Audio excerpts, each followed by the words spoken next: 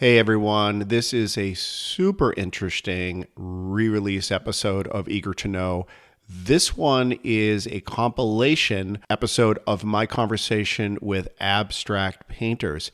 And I have to tell you, I think there is something in this for everyone. All five of these people are super smart.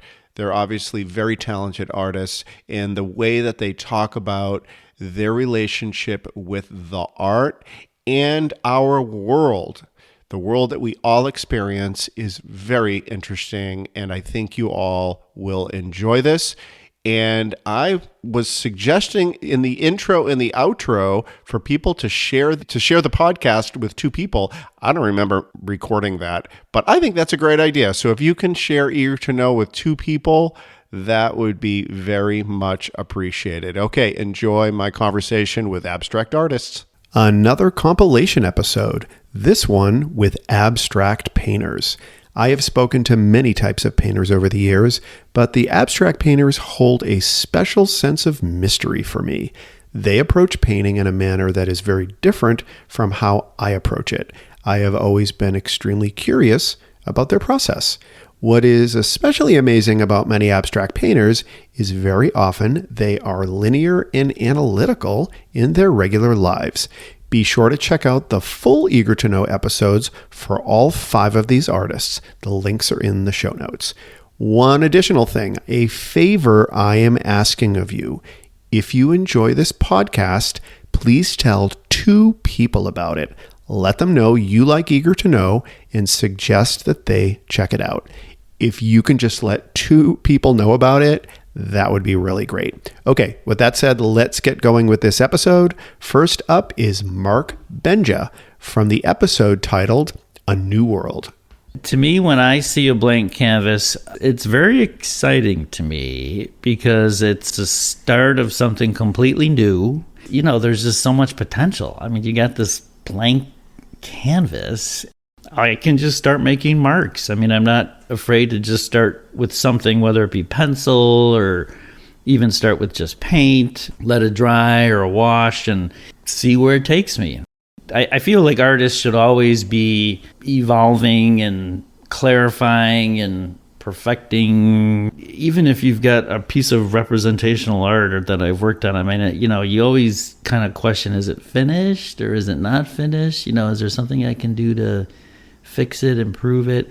You're going to have real bad days and you're going to think, the worst things, but you just need to keep going. You just need to do it. You just know that at the end here, something's going to happen. It's going to happen slowly, and I don't have any expectations on the day-to-day. I don't have expectations about people and what they say they're going to do for me and this and that. I'm doing it myself, for myself. So there's a 3-second rule where you drop food on the floor, and if you pick it up within 3 seconds, it's still safe to eat. The 5-second rule is if you are inspired, all of a sudden you're sitting on the couch when you come home from work, and you say to yourself, God, I really need to paint. You need to do it within 5 seconds. Otherwise, if you don't, your mind will convince you not to do it, and you have only 5 seconds to do it. Darren Jones.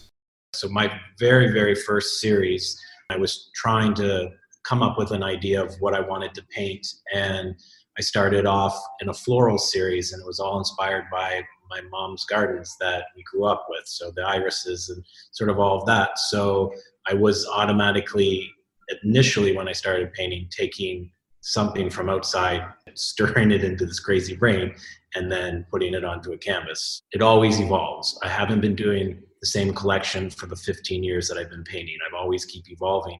I see something that inspires me and I try to come up with my version of that on a canvas or on a panel, and it'll continue till I'm done.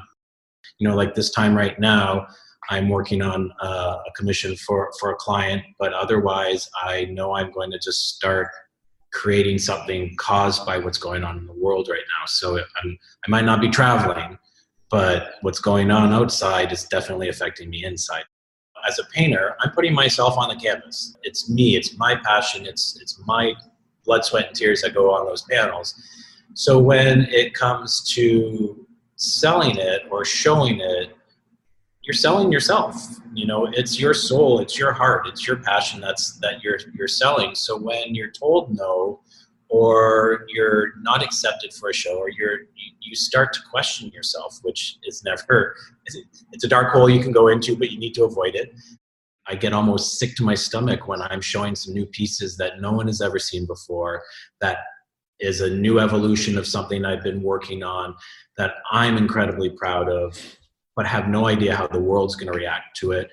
It can be terrifying, but you've got to fight through that and know that there's a person for every kind of style of painting, and you're not going to be liked by everybody. And I'm an abstract landscape artist. Most of my work is completely abstract, and I know there's a huge percentage that has no interest in my art. But it's really cool when you find someone who has never liked that style who falls in love with your work, and that's a really cool thing when that happens. I've been doing Muay Thai kickboxing for a little over 2 years. What's been really fascinating to me is that it's caused a new collection of art. You see 2 black belts doing jiu-jitsu. It's a form of art in itself. It's elegant and it's smooth. It tests not only your endurance, but your brain and your passion for not giving up and fighting for it, because I can have a great week on the mats, and then the next week I don't remember anything and I feel like a failure with it, and I just keep going and persevere. And so with these paintings, it's motion and it's colorful and it's crazy, and it's not only just colors, but there's textures and layers. And I actually stand in front of the canvas, and had I learned some new technique, I actually do the hand movements with it and my body movement. Who knew something like that would inspire artwork, but it has. I get excited telling people about this because it's something I would have never known at my age, jumping into a martial art, thinking it would create a new collection for me. Jeff Cote.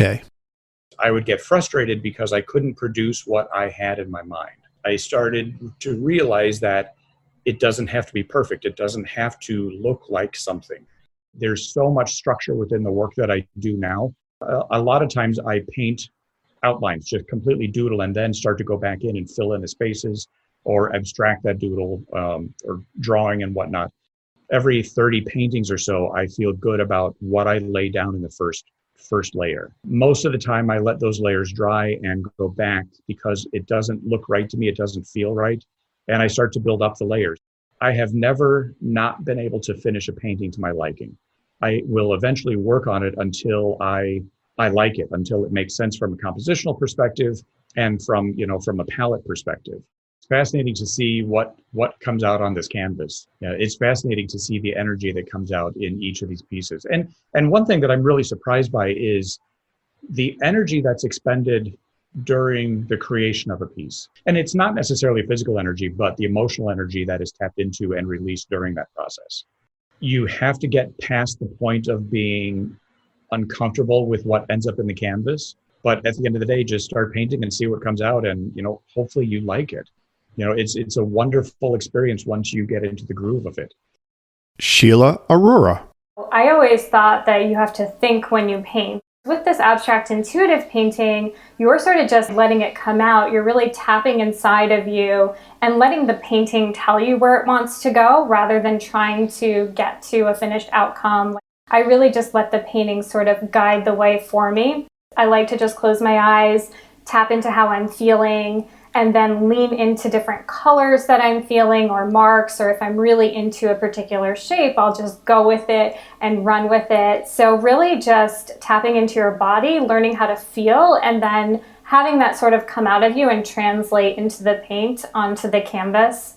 I was in this painting workshop when I first started this abstract painting, and having a very analytical background, I always thought that you think when you paint. And so the instructor had come over to me and she's like, "Oh, Sheila, you think too much." She's like, "You're supposed to feel your way through the painting."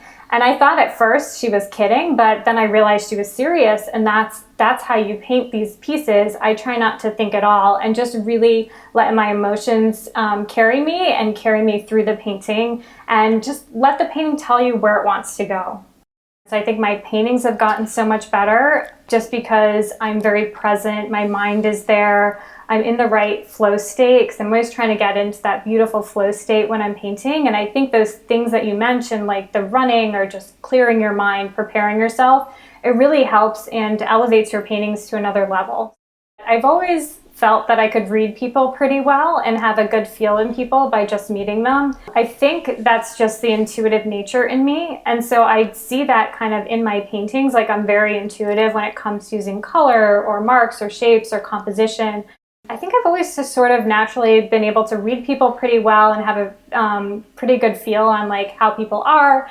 And I think probably the paintings enhance that, because I think one sort of enhances the other, being both very intuitive and then also very observant and detail oriented. Intuitive process, and I start with a blank surface, whether it's paper or a canvas, and I lean into the colors that I'm just feeling at the moment. Especially the first couple layers, I just sort of let that come out. And then I like to use different marks and tools in my paintings in different colors and layers. So it's a layering process, and I work primarily in acrylics with some mixed media. So I'm constantly adding new layers, using different tools to make different marks in my pieces and different shapes. And the process of the painting just evolves as I'm doing it. I let the painting sort of tell me where it wants to go and when I should stop. I don't like to think very far ahead when I'm painting, so I will just think to like the one next thing that I want to do in the piece. And I just need to know one thing, and then I start to think about what is the one next thing after that. The painting brings me so much joy. I think I have just as much joy creating the paintings as I do sharing them. And then even like connecting with other people like you and talking about my paintings. I think you can tell by the way I talk about them that, yeah, I'm just very excited and they bring me so much joy. Frederick Nitsch. At first, I was trying to do trees and little houses, and they did look awful. Something started happening in the non-figurative areas, like in the sky and the ground. Something when the colors were blurring, like something was happening that I liked. I pretty soon quit attempting to do anything figurative, and I just focused on figuring out like what exactly was happening when those colors were blurring in that way that I liked, and like how could I replicate that. And I basically spent like the next 10 years trying to figure out exactly how that worked. Painting was my escape. Painting was my refuge. It was my therapy. It became this very focused experiment for me. I was only using the primary colors in white for most of the time. I was only using one sort of brush, one sort of painting surface. It was a very focused experiment, and something about how focused that was allowed painting, abstract painting, to be this escape from thinking that like I couldn't experience like with the majority of my time. I made a piece, and it's difficult to look at, and it's not pretty, and I showed it. And I remember when somebody came up to me and said, "I hate looking at this. I really like it." That felt to me like a success, and it felt like a validation of like this weird paradox where the more personal I have gone with my artwork, the more it has seemed to resonate with people. William Conger. I recall the tremendous differences in sounds and character between the city and the lake or the park when I was a youngster. Because in those days, during the World War II, there were a lot of factories, smaller factories in the area. You could hear them start up in the morning. You could hear the horns and the whistles. And then there were still the old streetcars. And as soon as you went to the lake, it was silent. When I'd take the family dog out for a walk, I could one side hear the foghorns, a very mournful kind of sound. And then on the other side, the clanking and the whistles and the noise of the city waking up. I really put that all together in a painting I did in the early 80s, which I called Broadway, which happily was acquired by the Art Institute a little bit later. My aesthetic sensibility is shaped by this contrast between energetic, active, maybe even violent versus a very quiet and reticent, moody kind of space. For me, a painting is it's a kind of almost an architectural problem. I like how things fit together in a way that they support each other. I do think of my work as abstract, but at the same time, it alludes to the figure in motion. It alludes to structure, to the geometry of the city. I often start a painting in a very loose fashion, just intuitively, as I did when I was practicing abstract expressionism. In a way, the history of one of my paintings is almost a recap of my whole history in development. I start with a very splashy and loose arrangement, and then I gradually bring to it a kind of rationality, you might say, and then still it's intuitive, but one that's informed by how things go together well. I'm still very fascinated by the opportunities that are given to me in each painting. Yeah. And as I get older, well, I'm a little more willing to try things that may or may not work out. One has to have intentions. That is, you have to have some notion that you're going to do X. Pick up a brush instead of a knife. You're going to use color Z, instead of color A. You're going to make it thick or thin. These are very basic intentions that one acts on. But of course, none of that is a key to success in any way, shape, or form, because then you put it to work to do something, and that is to expose in some way some feeling or thought or some just instant motivation, instant urge, I should say.